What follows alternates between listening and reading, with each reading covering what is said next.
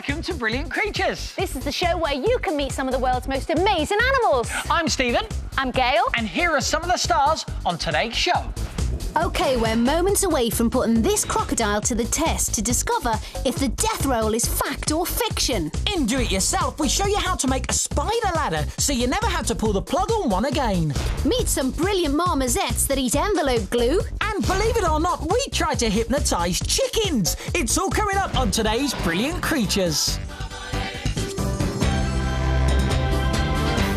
There is an animal that walked the earth with the dinosaurs. An animal that spent 135 million years adapting into one of the world's most brilliant killing machines. An animal that more than lives up to its deadly reputation. That animal is here right now in the Brilliant Creatures studio. It's a crocodile. This is a Nile crocodile, and when he's fully grown, he could reach up to 6 metres in length. And I know he's nowhere near that size right now, but I can tell you, just being this close to a crocodile is absolutely terrifying. You do feel intimidated, don't you? Really scary. Now, he may look slow-moving and clumsy, but we have been informed that crocodiles can really shift. Now, there are loads of myths and legends about crocodiles. You might have heard of crocodile tears or even of crocodiles that smile. But have you ever heard of the crocodile death roll? Well, the thing is, crocodiles have a very special technique for ripping chunks off their prey. What they do is they take a big bite, they hang on tight and then spin around and around in the water, ripping chunks of meat off its victim. That's the death roll. So we're going to put it to the test and see if we can recreate the crocodile death roll right here in the Brilliant Creatures studio. But because crocodiles are such brilliant killers and because occasionally people feature on their menu, putting the death roll to the test with this particular crocodile could be a fatal mistake. One we are not going to risk making. So over here is a dwarf crocodile. Now, he might look pretty small to you, but I can assure you this thing could rip your hand off if it wanted to. It really is lethal. Now, to put a bit of distance between me and those teeth, we have some rope here. And at the end of the rope, and I want to keep this well away from the crocodile so he doesn't see it, we have some meat, OK? Now, we know he's going to want to eat that. Now, because I'm going to have to hold on tight to the rope, I'm going to put these gloves on so the rope doesn't rip my skin when the crocodile, fingers crossed, starts to spin. OK. OK, right. I'll tell you what, this now one's I am more feeling scary. nervous. OK. Oh, no. Are you ready? Chuck it in then. Here we go. Oh, dear. Get ready. Oh, oh boy. Don't do that. Oh, look, he's got it. Oh, he's spinning. That's amazing. So when put to the test, you can see that the crocodile death roll really is fact, not fiction.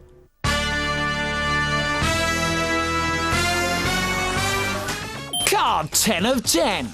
Name: Stenotinus insignis. Also known as the bombardier beetle. Special power: bomb blaster. The bombardier beetle fires irritating and stinky gases out of its rear end when threatened.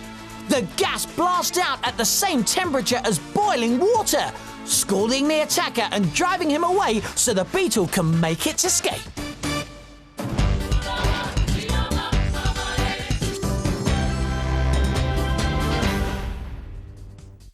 Creepy crawlies in your bath. What do you do? Option A, save it using one of many methods.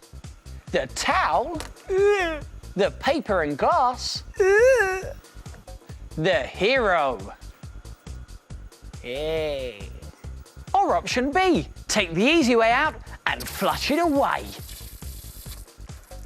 Or option C, my favourite, and trust me, it will be the spider's favourite too. It's the Brilliant Creatures Spider Ladder, which allows any creepy crawlers in your bath to make a clean escape. And as this is the part of the show where we tell you how to do it yourself, we're going to show you how to make one. We certainly are. Now, the first thing you need to do is get your hands on some straws. Now, any straws will do. We're going to use about 5 of them. And you need to cut these 3 centimetres in length. So let's measure them up and carefully cut them. There we go, like that. And these are going to make the rungs to your spider ladder. Now you need to get yourself a piece of string about 3 metres in length and fold it in half. Just join the ends like that, and that'll fold it in half. Then get a piece of sticky tack and stick it to a surface because that makes it much easier to work with. Now, those bits of straw that you just cut, you take one of those. There you go. I thank you, Stephen. That's all right. And you thread one end of the string through one end of the straw, just like that. And the other end of the string through the other end of the straw, like that. And then get both ends of the string and pull. And the piece of straw will move up your string. Now, you need to leave quite a big loop at the top because this loop is what you're going to hang over your bath taps. And you keep doing that with all your bits of straw. Here's another bit. Thank you very much. That's all right. One end through there. And one end through there. And pull. And just carry on with all your bits of straw. Until your spider ladder is long enough to go from your tap all the way down to the plug hole. Now, to neaten things off and to make sure that none of the rungs fall off the ladder, what you need to do is take the two loose ends and just tie a knot, just like that. Make sure it's nice and secure. And to neaten it off, just snip off the two loose ends very carefully, there and there. Now, there's just one more thing to do. And that's to put it onto your bath taps. Take the loop at the top and slip it over the tap, and you're all ready to go. Now, if you fancy making your very own Brilliant Creatures spider ladder and get some very cool facts about spiders, then check out the Brilliant Creatures website. We'll give you the address at the end of today's show. What you need to do is find Do It Yourself, which is just there, click on that like that, and then you need to look for spider ladder. There it is, so let's click on that one just there, and then you get all the information that you need. So why not do it yourself and make your very own Brilliant Creatures spider ladder and make spiders in your bath a thing of the past.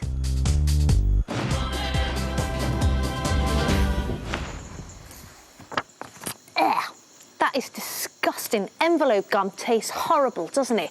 But believe it or not, there is a brilliant creature that's mad for it. In fact, this brilliant creature needs envelope gum in order to make brilliant babies.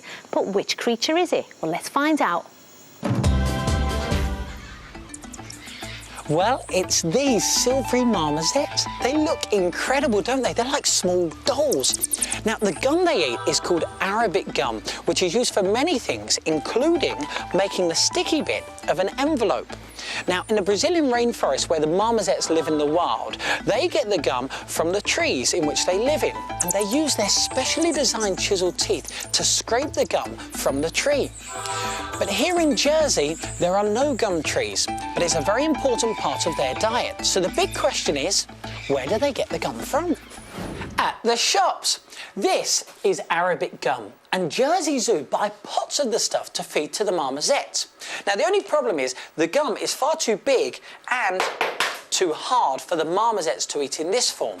So, here in the kitchens of the zoo, the keepers get cooking.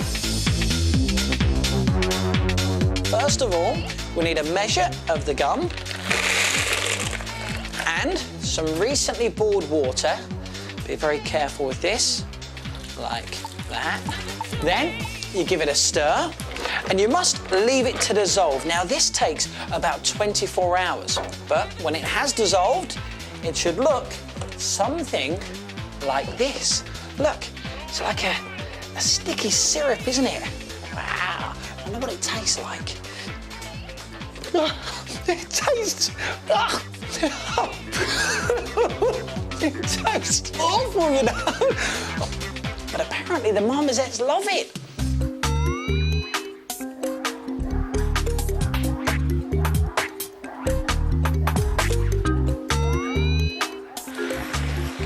It's feeding time.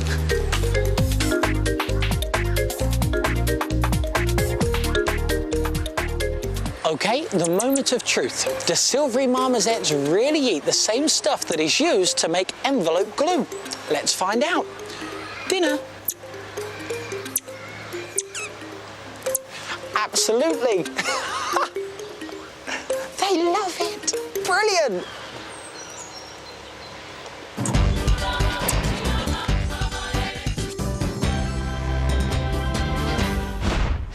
Right, now for the final time, this is the part of the show where we're going to put your and Stephen's animal knowledge to the test. We're going to play you an animal call, and you've got to guess which brilliant creature made that noise. Come on, Stephen, you've got to make up for lost time. You've loved this part of the show, haven't you? I loved it, because he's so bad at it. OK, I scored 2 out of 10, but this is the very last time. I could pull it back. OK, have a listen to this.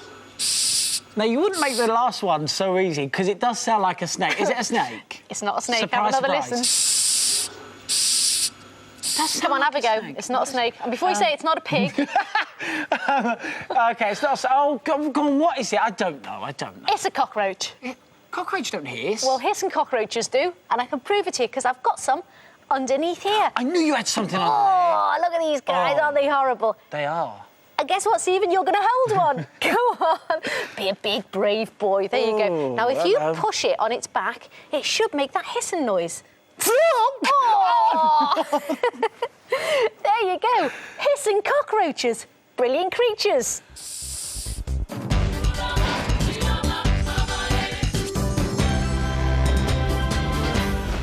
During the making of this series, I've seen the impossible happen.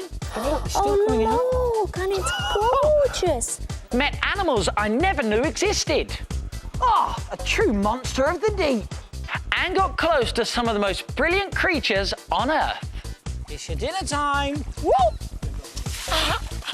But there's one thing that's still bugging me. Chickens. It's Gal's fault, really.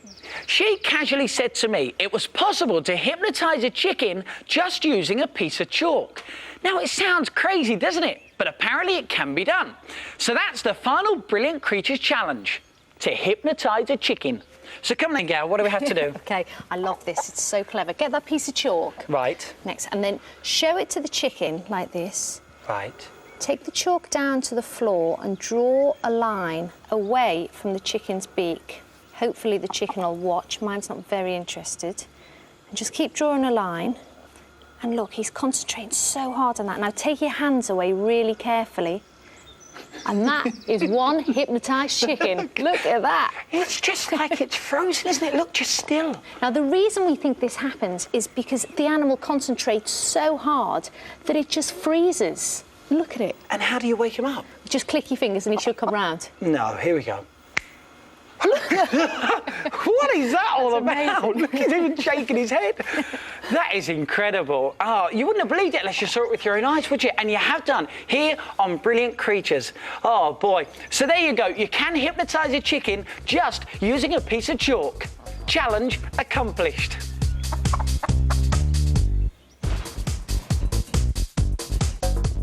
Well, that's it for today's show, isn't it? If you want to check out our website, then the address is at the bottom of your screens now. And we'll see you very soon to meet more of the world's most brilliant creatures. See ya! Well, that's it for this series. But we'll leave you with some of our favourite moments, plus some of the bits you might not have seen. Well, I'm no Dr. Doolittle, but the Brilliant Creature Challenge today. He just won't let go. Look at that. Lie down. And then give her a command to the right or the left. What's the right again? Away here.